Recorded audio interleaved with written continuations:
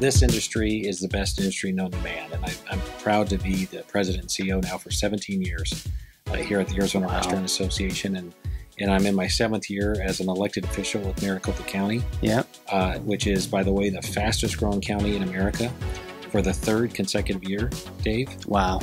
We had 84,000 people move to Maricopa County, not the state of Arizona, Maricopa County in 2018. You're listening to the Bar and Restaurant Podcast, where hospitality lovers come to listen and learn with expert David Delorenzo. Now here's your host, the DELO. And welcome back to the Bar and Restaurant Podcast. I am your host, the DELO. On today's episode, we have a special guest. He is the president of the Arizona Restaurant Association, Steve Chucri. And Steve has been the president for about 19 years now. So we talk all things restaurants. We talk about the association, all the different events and all the festivities that they put on. And we also talk about his time as he still is the Maricopa County supervisor. And we talk about the growth and what's going on in Arizona. Along with that, we'll dig a little bit into his personal life, and we will, again, talk more and more about restaurants and what the trends are and what we're seeing today. So sit back, relax, and I hope you enjoy this episode. Thanks for listening. And we are here now with Steve Chucri, the El Presidente of the Restaurant Association. Good morning, Steve. Good morning, Dave. Great to be with you. Yeah, thanks for making the time to do this. We've known each other for quite a while, and last Monday we were at the golf tournament you guys were putting on, and I was sitting next to you reminding you about the podcast we were having, and as I'm reminding you, you're thumbing through your calendar, and I was like, wow, that is one busy man. You must have had 10 different things on your calendar. You've probably already had, 7 meetings this morning? Well, it's been crazy. And, I joke that I've got the good fortune of having 2 jobs because I've got an expensive wife and 2 kids. But no, this industry is the best industry known to man. And I'm proud to be the president and CEO now for 17 years here at the Arizona Restaurant Association. And I'm in my 7th year as an elected official with Maricopa County, which is, by the way, the fastest growing county in America for the 3rd consecutive year, Dave. Wow. We had 84,000 people move to Maricopa County, not the state of Arizona, Maricopa County in 2018. And this year we're expected to do the same. The 2nd fastest growing county in America is Clark County, Nevada, and we're going at a rate of 70% higher than they are in population growth, faster. We're going 70% faster than they are. So we're going to be the fastest growing county in America probably for the next few years at least.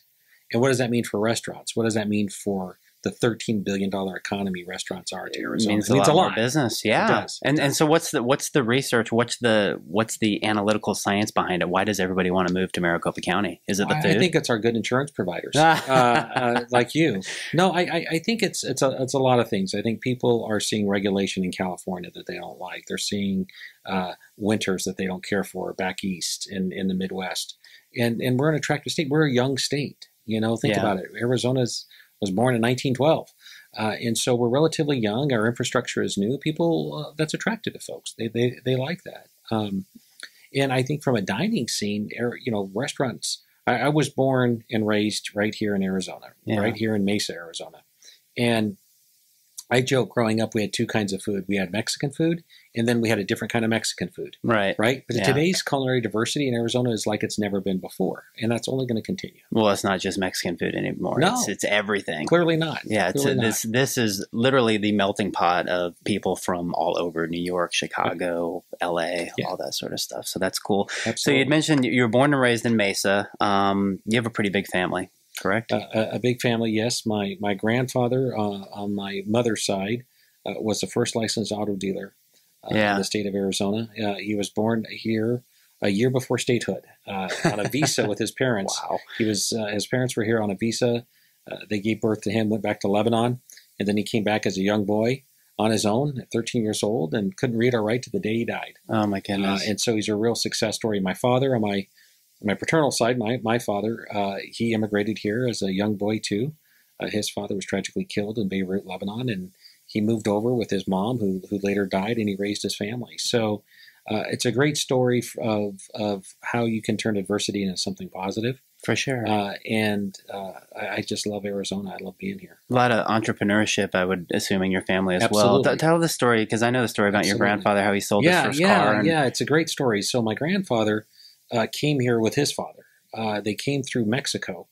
And my grandfather was a U.S. citizen, right? Because he was born here. Even though it was a year before statehood, he was still born in America. And they turned my great-grandfather away at the border saying, "You're not a U.S. citizen." Oh, my goodness. And he literally handed my grandfather $5 and said, "Tony, you're on your own." He was homeless. He lived on patios of friends, slept on patios. And he was a miner. He was a miner. He sold to the mining community in Globe. And so at that time, they were called dry goods. So clothes and shirts and ties and the like. And he would sell it to all the mining families in Globe. And a friend of his said, "Hey, Tony, I'm looking for a car to buy. And you're out there every day. Why don't you tell me if you see something? Our budget's $50.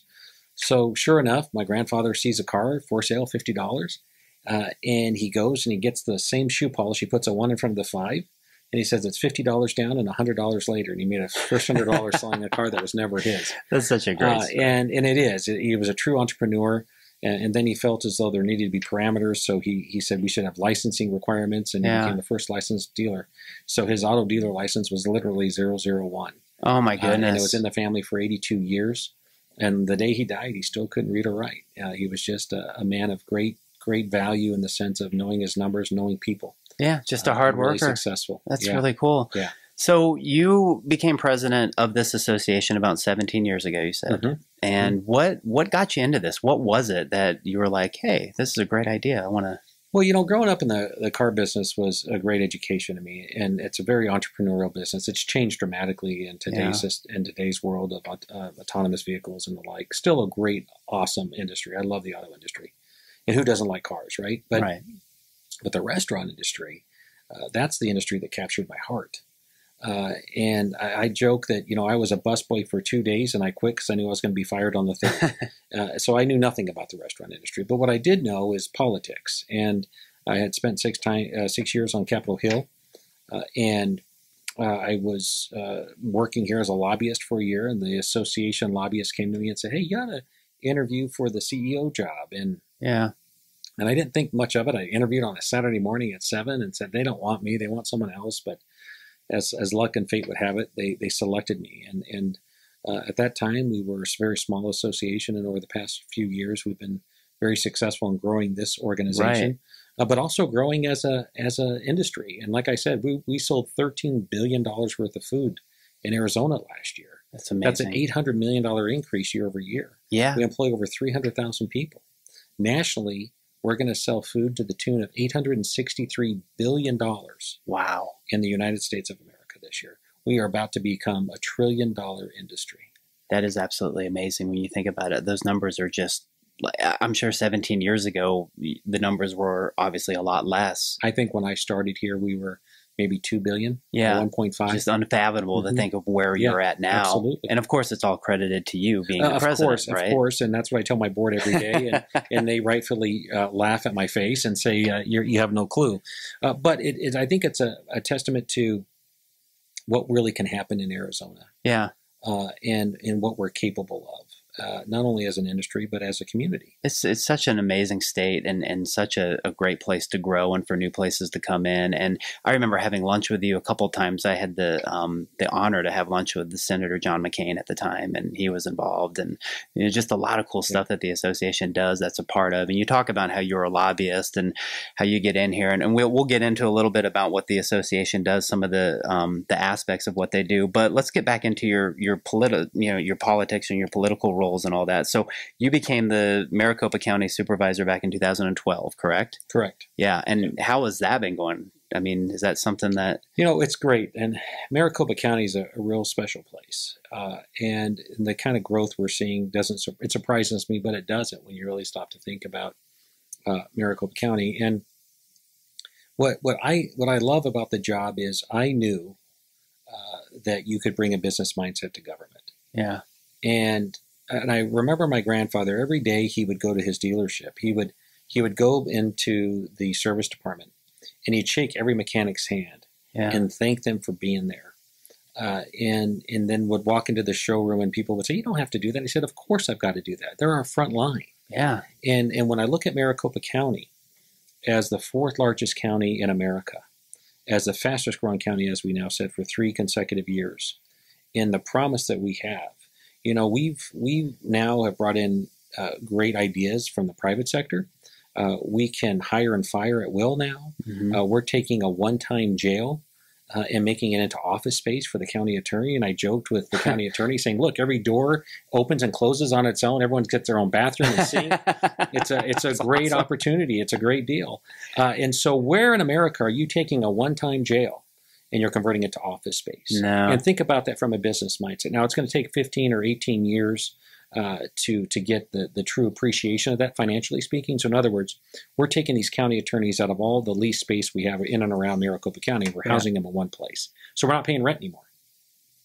But the cost of the building is costly to renovate. However, in 15 or 18 years, we're revenue neutral. So then we start to appreciate where we're really truly saving money. Yeah. Another thing we're doing in the county is, inmates are not cheap to house. A jail versus a prison is predicated on one thing: 1 year. So you're pre-sentenced. Your average, if you get arrested for something, which I know you've got a dark past, so you know what I'm talking about. I'm trying. If you get arrested for something, once you're in our jail system until you are sentenced. Once you are sentenced, you then go into our prison system, which is run by the state.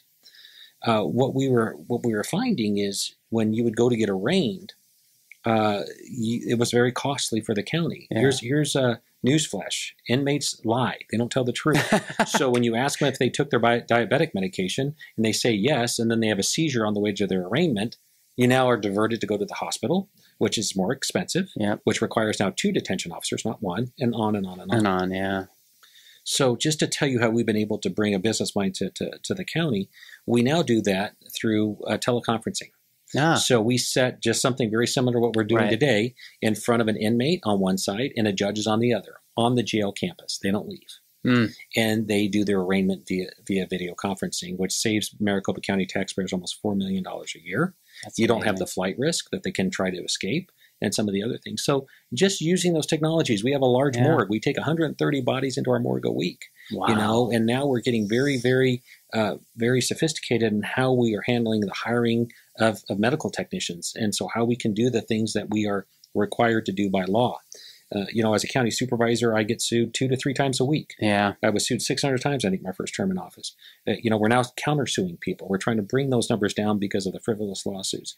So it's probably one of the most challenging jobs I've had, but all the rewarding too, because let me tell you, I can be the first to tell you, but we can bring a business mindset to government, and we're doing that. Yeah, well, you're definitely the man for the job, and definitely the man for the restaurants out here too. So let's really dig into the association itself, and let's talk about all the different events and types of added value and benefits that the association has to offer to restaurants. So let's start with the Foodist Awards. This is something that has been going on, but in my opinion, has a sponsor and as somebody that's been very intimate with it, just in the last few years, has really taken off. Like the really, really, really big established award show of all of Arizona. What are your thoughts on the Foodist Awards so far? It's been great. I'll tell you a couple of things. Arizona Restaurant Week is this week as well. Yeah. I don't know if that's one of your questions. I don't want to preempt you, but we didn't know people didn't know what Arizona Restaurant Week is or was. And I remember 11 years ago when we first started, I took my son into his first day of kindergarten at St. Thomas the Apostle. And he said, "Daddy, I've got a headache." I said, "Sweetheart, you're too young to even know what a headache is." And his teacher pipes in and says, "Grant, you can't have a headache. It's Friday, and it's most importantly the first day of restaurant week." And that's when the clouds parted, the sun came out, and I said, "Finally, someone knows what restaurant week is." And they didn't even know who I was, right? It was my first day there. And then another mom says, "Oh, where are you going to go for restaurant week?" Right? And then now it's become a phenomenon in itself, and everyone knows it. They plan for it. We have 2 a year, not just 1. Yeah. That's the same thing that's going to happen with the Foodist Awards. In fact, I just left a meeting before starting this interview about Foodist Awards. Foodist Awards will become, and I think it practically is, the awards event for the hospitality industry in Arizona. It's the Grammys for hospitality. Exactly. It is the Grammys for hospitality. And where we're talking about so many creative and fun things we're going to do this year with Foodist. And this is, again, something to celebrate, that we have a James Beard Award winner for the first time in a long time right here in the Valley. And so we want to celebrate food. And when you think and look at the economy we are as an industry, that's why Foodist has become more and more, I think, center plate, to use a restaurant term, in that it is going to be quickly becoming the award ceremony for the industry, in an industry that gives so much back to the community, in an industry that I think should be applauded for the great culinary work that they do each and every day. So we're really looking forward to it this October. For sure. And I can say, just within the years past, the restaurateurs, the movers and shakers in the bar industry, everybody that comes to this are looking so forward to it, and they sincerely love getting these awards. It's something that is now like, wow, if I get that, well, last year was a pineapple. If I get that pineapple, you know, we've made it in sense, and it's fun. It's and really Dave, cool. to that point, we were just talking about how people are very happy to present the pineapple, and showcase it in their restaurants, right? Which is what we want. Which of course, social media has, you know, with everything, has changed, I think, the hospitality industry entirely. But more to that later. So let's get into more the nitty gritty of what the association does and what a lot of people don't see, and what I think a lot of people that aren't a part of the association sometimes maybe don't perceive the value, because at the end of the day, it's lobbying. It's, you know, what's going on with minimum wage, what's going on with employee scheduling, and all the different, you know, training stuff that you guys offer. Tell me a little bit about the laws that are going on now that are really important. Well, you know, think of it as a three-legged stool, and if I joke that, you know, and this isn't a dig on chambers of commerce, but I joke that we're not a chamber of commerce. I care about one thing when I wake up in the morning, that's restaurants, and I care about another thing when I go to bed at night, and that's restaurants. Yeah. And so what we're doing as an organization, as an association, is really three primary things. We're educating. We're making sure that our members are up to speed and knowledgeable about the latest food safety trends, and educating them to make sure they have the licensing and certifications to produce safe food that will be enjoyed by our patrons. Secondly, we advocate, to your point about lobbying, and we advocate to make sure that these unforeseen circumstances don't in any way inhibit the ability or success of a restaurateur or their establishment.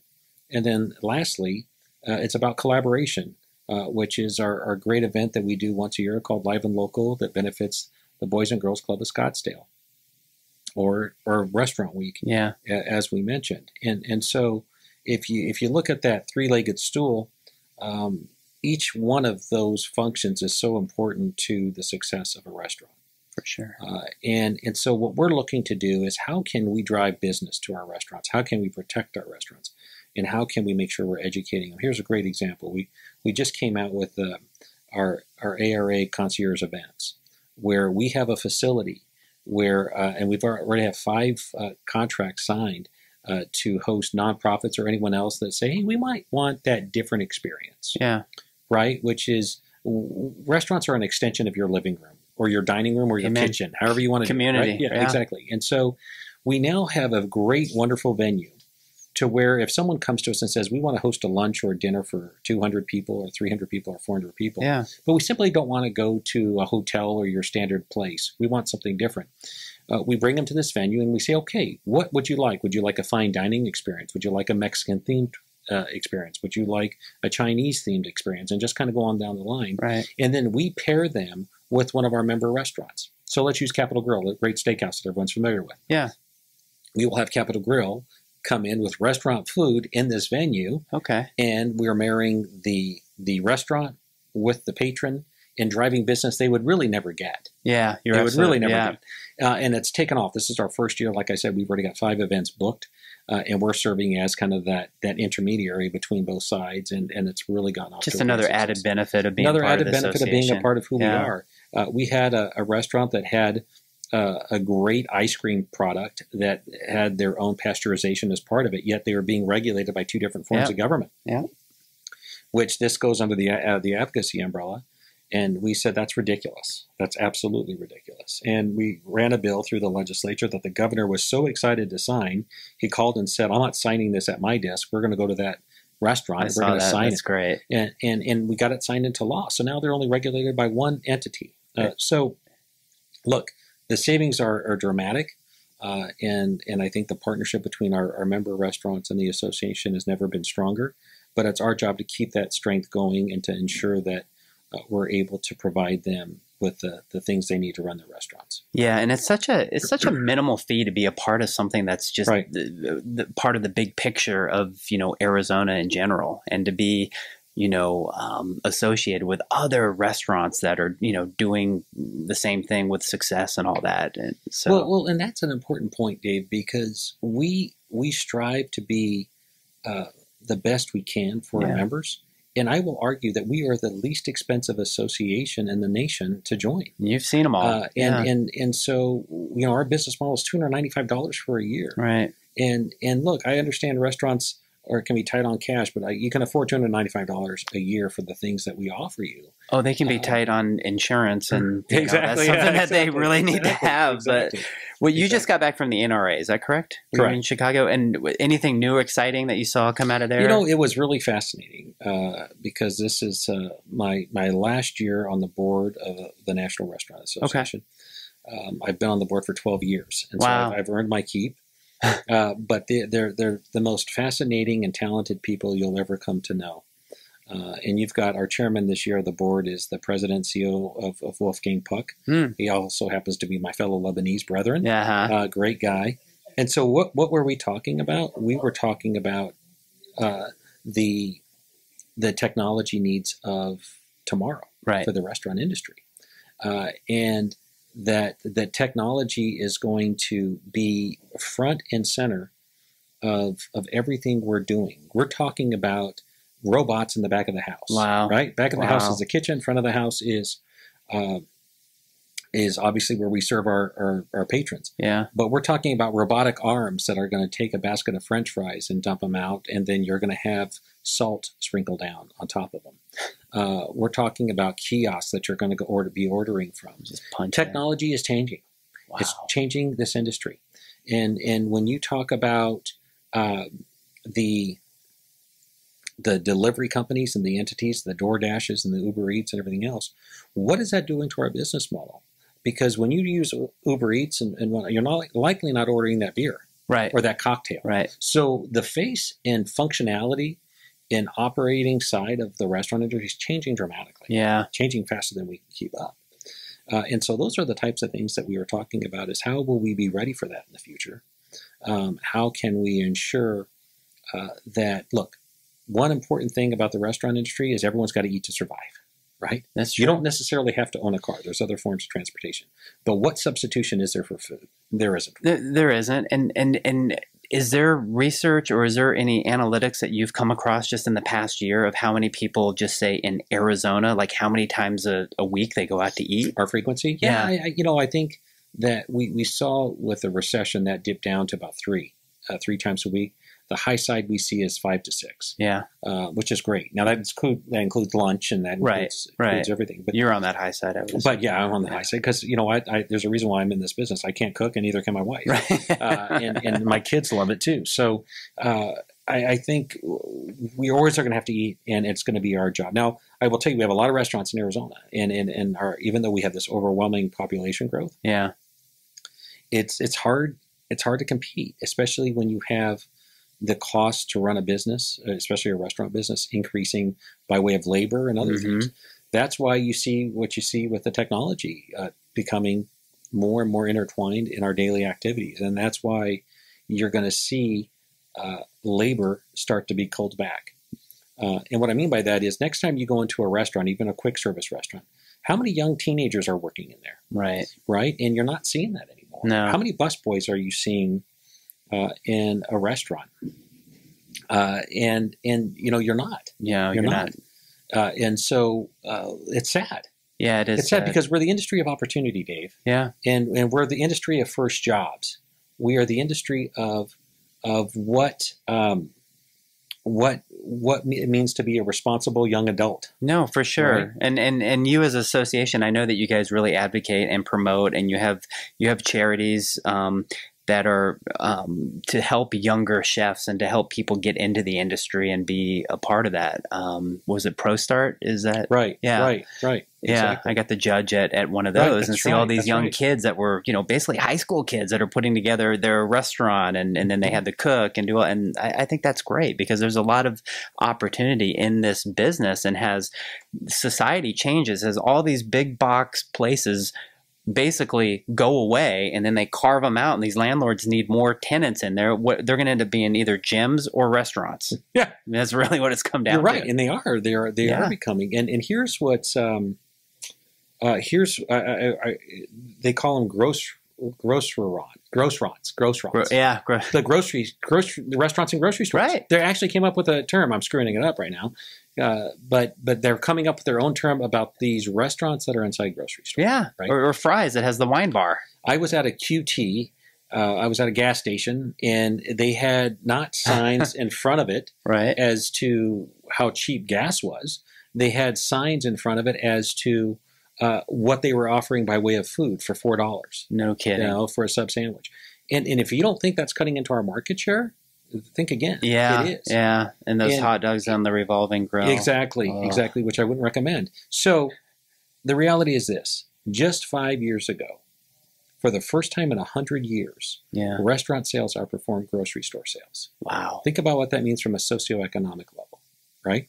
So the people who might be blue-collar workers or whatever you want to call them without stereotyping folks, folks that would typically bring a brown bag to lunch or to their work, a brown bag lunch to their employment, they're maybe go get the $5 footlong, or they might be going to these convenience stores or doing these other things because the economies of scale are driving that. And I know my staff does a lot of that. I mean, I see the bags coming back all the time from the different, fast casual, which is another growing market. That's the fastest growing market in the industry. Yeah. So when you start to look at these things, you're seeing that our society, millennials, everything keeping up. And I just had a meeting this morning with a gentleman who said, but I don't want to always eat at home. I don't want to always order in. Yeah. 16% of some of the major chains traffic is takeout. 16%. Wow. That's a big number. It is a huge number. That's a very big number. Yeah. But I think the pendulum's going to swing. I think it's swinging one way to convenience, and it's going to swing back to ambiance and enjoyment and entertainment. For sure. Because again, people want a place to come to commune. They don't want to do dishes. I mean, that's the one thing my wife says to me. She's like, I just cleaned the kitchen. Can we go out to eat tonight? Yeah, like, that's right. Okay, absolutely. Because that's right. She's happy when we do that. Yeah, so, exactly. To be the president of an association, obviously you have to have, I'll just quite frankly say it, a kick-ass team behind you. And I know you've had Jana forever, and you have a bunch of other amazing people. How does that feel to have all those people, running this race with you and doing what they do? I read a blog the other day. I was reading. I can't remember the site I was on, but it said that, are you a micromanager? And if you're ever a boss, you're going to read something like that. Yeah. And it gives all these reasons. It basically had two, just like a split page of pros and cons of if you are a micromanager and if you're not. And it had this list, and it said, if you're constantly checking on your staff, if you're constantly asking these questions, you're constantly doing this, then you hired the wrong person. Right. In other words, if you're a micromanager, then you hired the wrong people. You hired the wrong people. And that's a great commentary. And I'm blessed to say I'm not a micromanager, not because I'm a brilliant hiring boss, but because I picked the right people. Yeah. And you got to let the folks, the individuals that you hire, you have to let them learn on their own, and you have to failure is the best instructor, right? But you also have to make sure that you're putting a path forward that they can succeed. And so I have two guiding principles when I hire someone and what I do, and that is that my job is to grow them professionally and to grow them financially. Right. And that they are the CEO of their given subject matter. Yeah. So if you do events for the Restaurant Association, you're the CEO of events or marketing or PR or whatever the case might be. Yeah. But I'm the largest shareholder.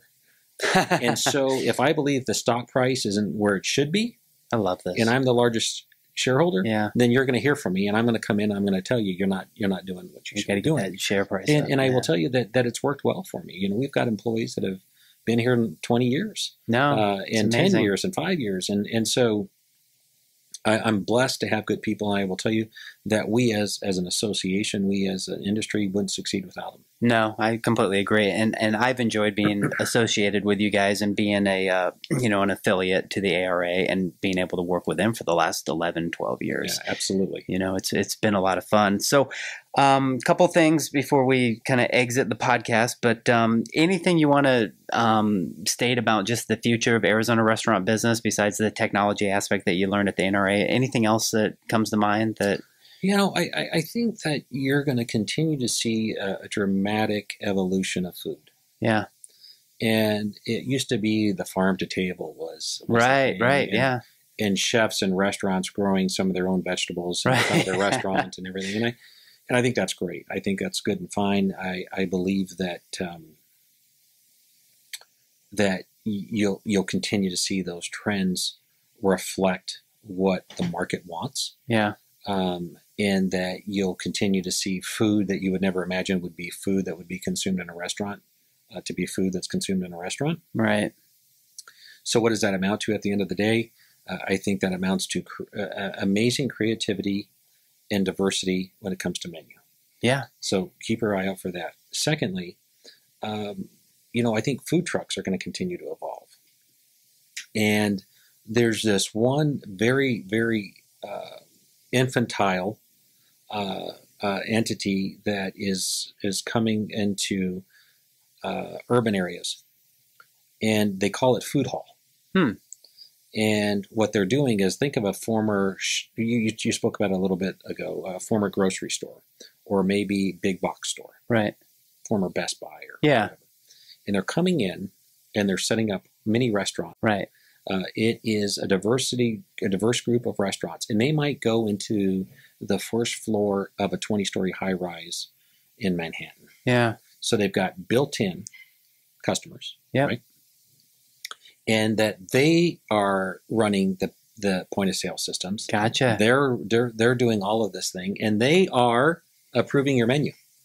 Wow. Right? And they're telling you what you can and can't do. And so that to me is 21st century 2.0, if there is such a thing. And that's something that you see potentially in Arizona? Well, I think at the right time. Yeah. No, I don't see it in Arizona, but I see it as a trend that's happening around the country. Right.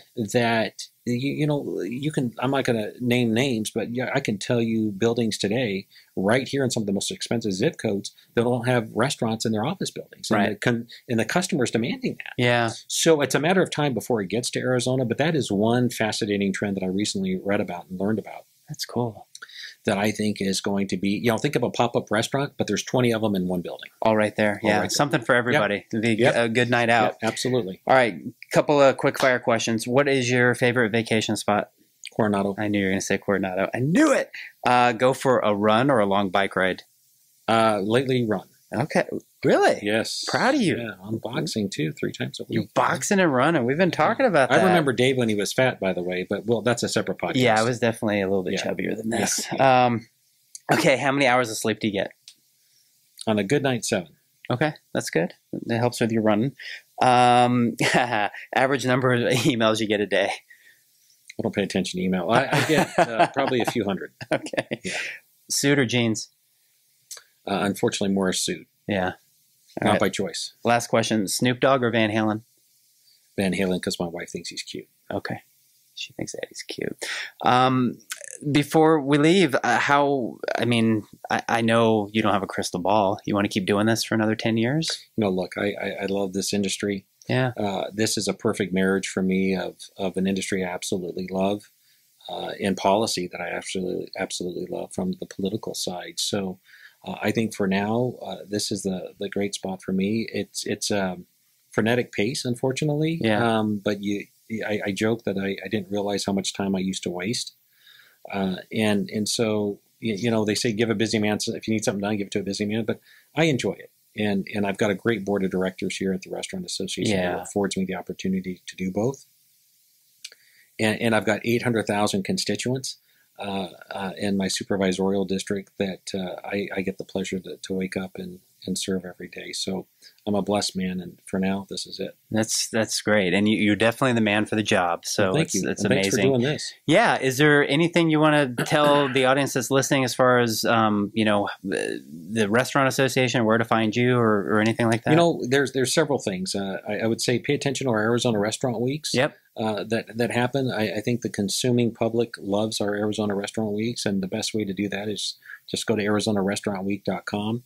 If a restaurateur is listening and wants to learn more about who we are as an association, they can certainly go to ararestaurant.org. Yeah. And learn more about what we do.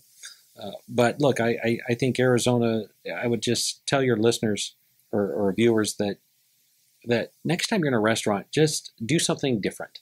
Right. Order something that you wouldn't typically order at your favorite restaurant, or pay attention more to the ambiance. Have fun with it. Enjoy the experience. Yeah. It's the adage is trite and old that says, stop and smell the roses from time to time. But there's something true about it. Well, these men and women, they work their asses off. I mean, they really do. And they put their heart and soul into, all these restaurants that they do, and you see it firsthand, and so do I. I mean, all the time we're out at these places. So. It's hard, and Dave, the joke in the restaurant business is, how do you make $1 million in the restaurant industry? You start with 2, right? Right, and there's a lot of truth in that, and people think it's for the money, and that restaurateurs make money hand over fist, and at the end of the day, it really isn't. No, it's about one word and one word only, and that's passion. Yeah, and every restaurateur has passion. They do. And you see it in the food they provide. I love that word, passion. So that is definitely a good way to end the podcast. So thank you again for taking your time. I know you're busy. I saw your calendar. Thank you for this opportunity. Yeah, it was a lot of fun. Again, everybody, thank you for listening to the Bar and Restaurant Podcast. And today we had Steve Chucri, the president of the Restaurant Association. And please subscribe to the podcast. Give me a 5-star. You'd be so awesome to do that. And follow us on Instagram and Facebook, and we'll have some other stuff in the show notes. So thanks again, and we'll talk at you guys next time.